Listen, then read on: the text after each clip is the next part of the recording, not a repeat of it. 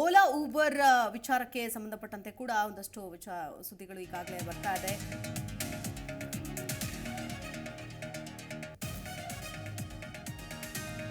ಬೇಸಿಗೆ ಬಿರು ಬಿಸಿಲಿನಂತೆ ಗ್ರಾಹಕರ ಜೇಬನ್ನ ಸುಡ್ತಾ ಇದೆ ಓಲಾ ರೇಟ್ ಕಂಡು ದಂಗಾಗಿದ್ದಾರೆ ಸಿಲಿಕಾನ್ ಸಿಟಿ ಬೆಂಗಳೂರಿನ ಜನ ಗ್ರಾಹಕರು. ಬೆಂಗಳೂರಿನಲ್ಲಿ 1 to 2 ಅಲ್ಲ 1 to 3 ಚಾರ್ಜ್ ಮಾಡ್ತಾ ಇದ್ದಾರಂತೆ. ನೋಡಿ, ಈ ಹಿಂದೆ 2 ಕಿಲೋಮೀಟರ್ಗೆ 24 ರೂಪಾಯಿ ಇತ್ತು. ಆದರೆ ಈಗ 800 ಮೀಟರ್ಗೆ 60ರಿಂದ 65 ರೂಪಾಯಿ ಚಾರ್ಜ್ ಮಾಡ್ತಾ ಇದ್ದಾರಂತೆ. ಬೇಕಾಬಿಟ್ಟಿ ವಸೂಲಿಗೆ ಇಳಿದುಬಿಟ್ಟಿದ್ದಾರೆ ಓಲಾ. ಹಗಲು ದರೋಡೆ ಮಾಡ್ತಾ ಇದ್ದಾರೆ ಅಗ್ರಿಗೇಟರ್ಸ್ ಅನ್ನುವಂತಹ ಒಂದು ಆರೋಪ ಕೇಳಿ ಬರ್ತಾ ಇದೆ. ಈ ಹಿಂದೆ ಬರೀ 2 ಕಿಲೋಮೀಟರ್ಗೆ 24 ರೂಪಾಯಿ ಪಡ್ಕೊಳ್ತಾ ಇದ್ರು. ಓಲಾ ನಿಮ್ಮ ಮನೆ ಬಾಗಿಲಿಗೆ ಬರುತ್ತೆ ಅಂತೇಳಿ ಏನು ಅಡ್ವರ್ಟೈಸ್ಗಳನ್ನು ಕೊಟ್ಟಿದ್ದು.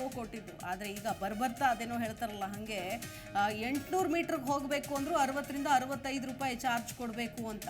Town Hall to KR market ಅಂತರ ಇರೋದು 1.2 ಕಿಲೋಮೀಟರ್. ಆದರೆ ಆಟೋಗಾಗೋದು 50ರಿಂದ 53 ರೂಪಾಯಿ. ಅದೇ ಕ್ಯಾಬ್ ಅಂದರೆ ಕಾರ್ಗೆ 108 ರೂಪಾಯಿ. ಇನ್ನು ಟೌನ್ ಹಾಲ್ ಟು ಮೆಜೆಸ್ಟಿಕ್ ಅಂತರ 2.1 ಕಿಲೋಮೀಟರ್ ಇದೆ, 78ರಿಂದ 82 ರೂಪಾಯಿ ಚಾರ್ಜ್ ಮಾಡ್ತಾ ಇದ್ದಾರೆ. ಕಾರ್ಗೆ ಪ್ರೈಮ್ 178 ರೂಪಾಯಿ ಚಾರ್ಜ್ ಮಾಡ್ತಾ ಇದ್ದಾರೆ. ಇನ್ನು Jayanagar to South End Circle ಅಂತರ ಇರೋದು 900 ಮೀಟರ್ ಅಷ್ಟೇ ಮಿನಿಮಮ್ ಚಾರ್ಜ್ ಆಗುತ್ತೆ. ಆದರೆ 50ರಿಂದ 53 ರೂಪಾಯಿ ಅಲ್ಲಿ ಕಾರಿಗೆ 108 ರೂಪಾಯಿ ಚಾರ್ಜ್ ಮಾಡ್ತಿದ್ದಾರೆ. Chickpete metro to market metro ಅಂತರ ಇರೋದು 840 ಮೀಟರ್. ಆಟೋಗೆ 53 ರೂಪಾಯಿ ಚಾರ್ಜ್ ಮಾಡ್ತಿದ್ದಾರೆ, ಕಾರ್ಗೆ 108 ರೂಪಾಯಿ. ಇನ್ನು Town Hall to National College metro ಅಂತರ ಇರೋದು 2.1 ಕಿಲೋಮೀಟರ್.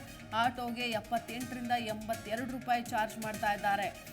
ಸಾರಿಗೆ ಇಲಾಖೆಯ ನೋಡಿ ಒಂದ್ ಕಡೆ ನೋಡ್ತಾ ಇದ್ದೀವಿ ಯೂನಿಫಾರ್ಮ್ ದರ ಇದೆ. ಆ ಯೂನಿಫಾರ್ಮ್ ದರ 10 ಲಕ್ಷಕ್ಕಿಂತ ಕಡಿಮೆ ವಾಹನಕ್ಕೆ ಪ್ರತಿ ಕಿಲೋಮೀಟರ್ಗೆ 24 ರೂಪಾಯಿ, 10ರಿಂದ 15 ಲಕ್ಷದವರೆಗೆ ಪ್ರತಿ ಕಿಲೋಮೀಟರ್ಗೆ 28 ರೂಪಾಯಿ, 15 ಲಕ್ಷಕ್ಕಿಂತ ಹೆಚ್ಚಿನ ವಾಹನಕ್ಕೆ ಪ್ರತಿ ಕಿಲೋಮೀಟರ್ಗೆ 32 ರೂಪಾಯಿ ಅನ್ನೋದನ್ನ ನಿಗದಿ ಮಾಡಿದ್ದಾರೆ. ಆದರೆ ಈ ನಿಗದಿ ಯಾವುದೂ ಕೂಡ ಓಲಾದವರಿಗೆ ಲೆಕ್ಕಕ್ಕೆ ಇಲ್ಲ ಅನ್ನೋ ಹಾಗಾಗಿದೆ.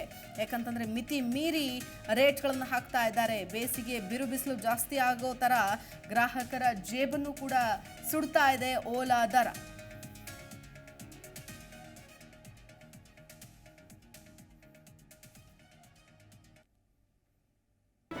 ಜಿ ಕನ್ನಡ ನ್ಯೂಸ್ ಈಗ ನಿಮ್ಮ ಮನೆಯಲ್ಲೇ ನೋಡಿ. ಎಲ್ಲ ಕೇಬಲ್ಗಳಲ್ಲಿ ಈಗ ಲಭ್ಯ.